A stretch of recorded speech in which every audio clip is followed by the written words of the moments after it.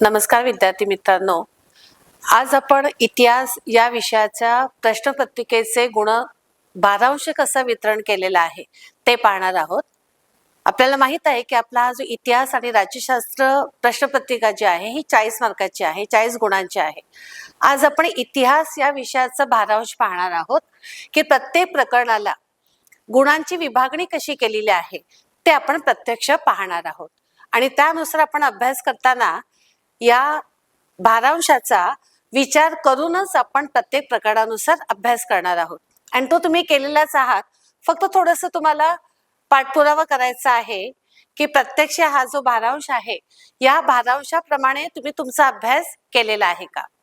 आता हा जो प्रकरण पहिला आहे या प्रकरण पहिल्यामध्ये इतिहास लेखन जे आहे पश्चिमेकडील विकासाबाबतचे इतिहास लेखन आहे आणि या प्रकरणाचं पर्यायासह जे एकूण भारांश आहे 5 गुणाचा आणि हे जे 5 गुण आहेत हे पर्यायासह आहे, परंतु प्रत्यक्ष तुम्ही पर्यायाशिवाय जो पेपर लिहिणार तर तो 3 गुणांचा असणार. आता ह्या भारांश आपण जेव्हा पाहत आहोत तेव्हा एक लक्षात गोष्ट येईल आपल्या की प्रत्येक प्रकरणाचा भारांश हा वेगळा आहे.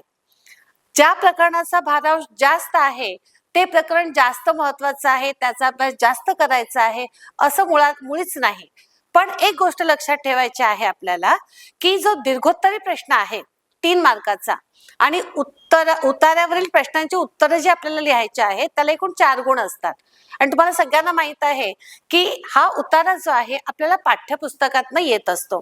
मग आता हा 4 गुणांचा उतारा हा जेव्हा प्रश्नपत्रिकेमध्ये येतो तर नक्कीच त्या प्रकरणाला जो भारांश असेल त्या भारांशाप्रमाणेच तो प्रश्न विचारला जातो. उदाहरणार्थ 5 गुणांचं प्रकरण, 6 गुणांचं प्रकरण या नुसार हा प्रश्न विचारला जाण्याची शक्यता आहे. पण तसंच आहे असं म्हणू शकत नाही, कारण 4 गुण असलेल्या इतिहास लेखन भारतीय परंपरा याच्यावर सुद्धा तो उतार येऊ शकतो. पण आपण एक साधारण अंदाज बांधायचा आहे आणि त्यानुसार आपण अभ्यास करायचा आहे.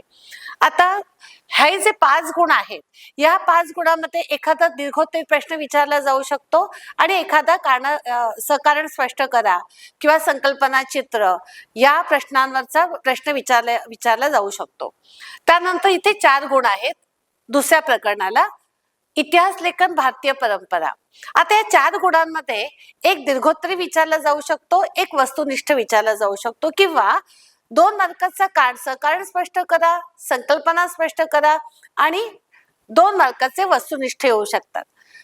त्यानंतर उपयोजित इतिहास हा जो 5 गुणांचा भारांश आहे या प्रकरणाला थोडा जास्त भारांश दिलेला आहे पहिल्या प्रकरणापेक्षा 5 गुणांचा आणि प्रत्यक्ष जेव्हा पेपर लिहिला जातो उत्तरपत्रिकेमध्ये त्यावेळेला मात्र तो 3 गुणांचा असतो.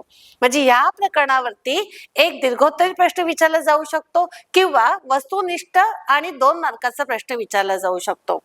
आता आपण जेव्हा भारतीय कलांचा इतिहास या प्रकरणाचा अभ्यास करतो, आता विद्यार्थी मित्रांनो हा जो प्रकरण आहे हा 6 गुणांना दिलेला आहे. म्हणजे सर्व प्रकरणापैकी हाच एक असा प्रकरण आहे की ज्याला एकूण 6 गुणांचा भारांश दिलेला आहे.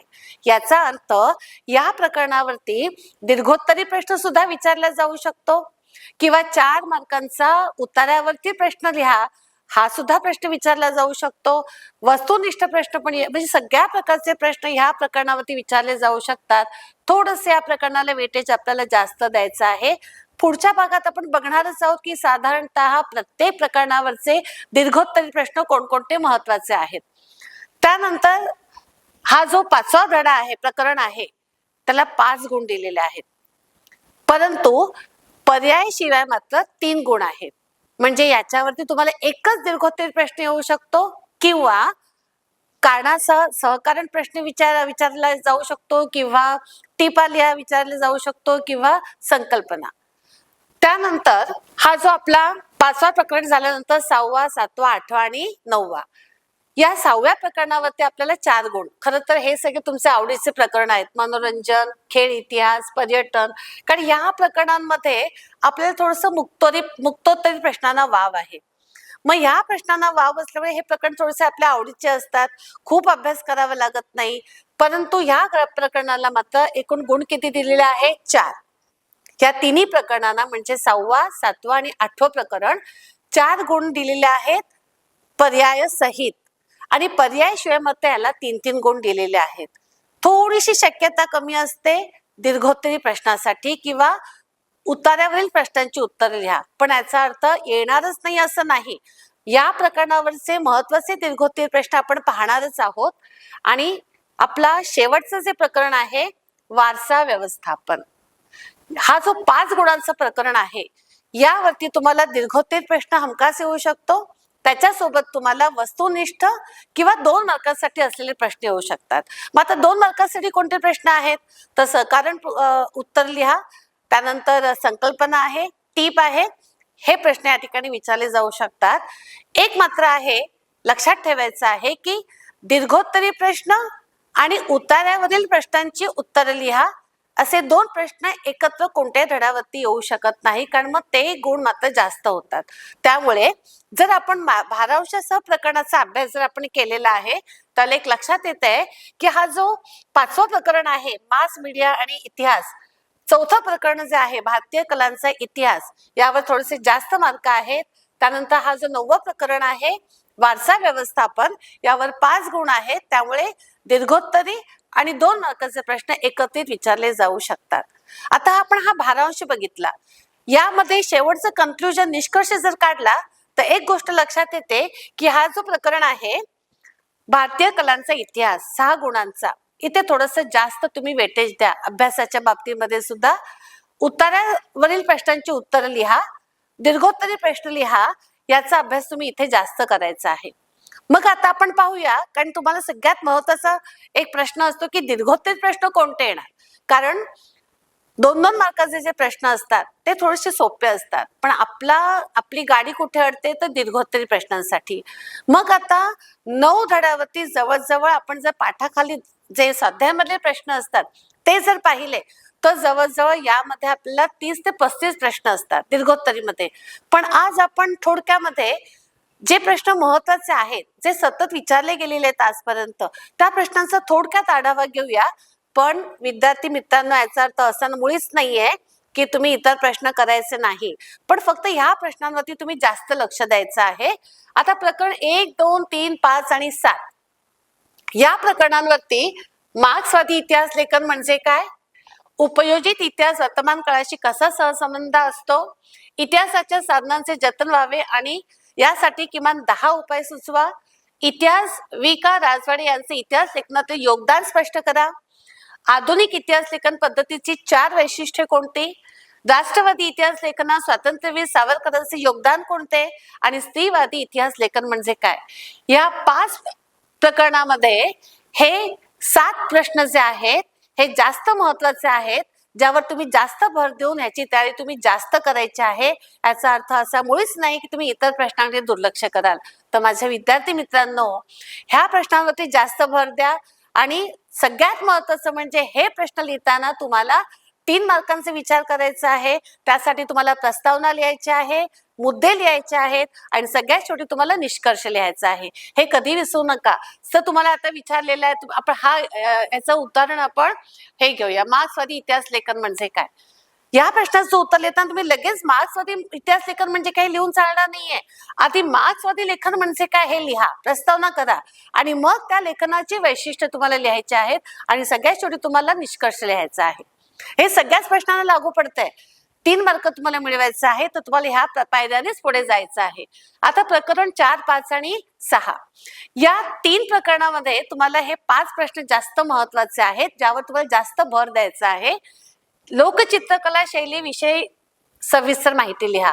पण आधी तुम्हाला काय करायचं आहे, लोकचित्रकला शैली म्हणजे काय हे तुम्हाला प्रस्तावनामध्ये लिहायचं आहे आणि मग तुम्हाला उत्तराकडे वळायचं आहे.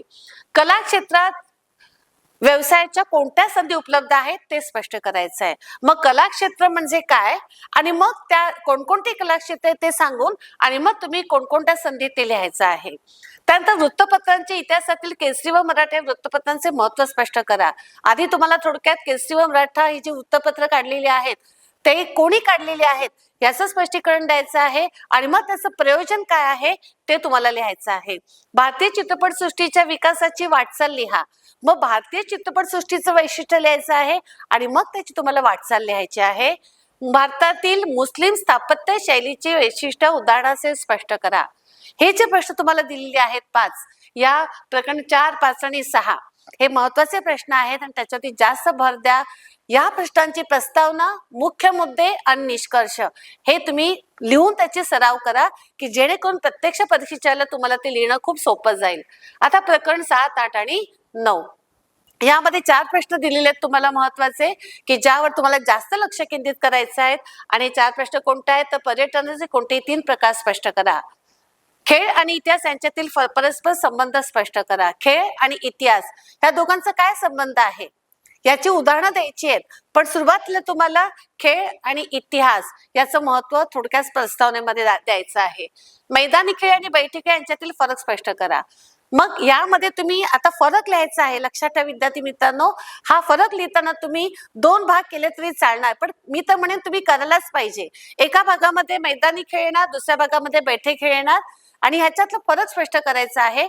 सुरुवातीला तुम्हाला पहिला मुद्दा हा महत्वाचा लिहायचा आहे. मैदानी खेळ म्हणजे काय, बैठे खेळ म्हणजे काय, आणि मग तुम्हाला त्याची उदाहरणं द्यायची आहेत आणि मग शेवटी तुम्हाला निष्कर्ष द्यायचा आहे. ग्रंथालय व्यवस्थापन का महत्वाचे आहे, प्रथम ग्रंथालय व्यवस्थापन म्हणजे काय आणि मग ते महत्वाचे का आहे हे तुम्हाला स्पष्ट करायचे आहेत. तर विद्यार्थी मित्रांनो, या भागात आपण पाहिलेलं आहे की इतिहासाला आपण भारांश कसा दिलेला आहे बोर्डाने आणि त्यानुसार तुम्हाला प्रकरणाला महत्व देऊन त्याचा अभ्यास करायचा आहे. आणि सोपी गोष्ट म्हणजे तुम्हाला मी ह्या वेळेला दीर्घोत्तर प्रश्न कोणकोणते महत्वाचे आहे हे स्पष्ट केलेलं आहे. जास्त भर द्या, पण इतर प्रश्नांकडे पण दुर्लक्ष करू नका.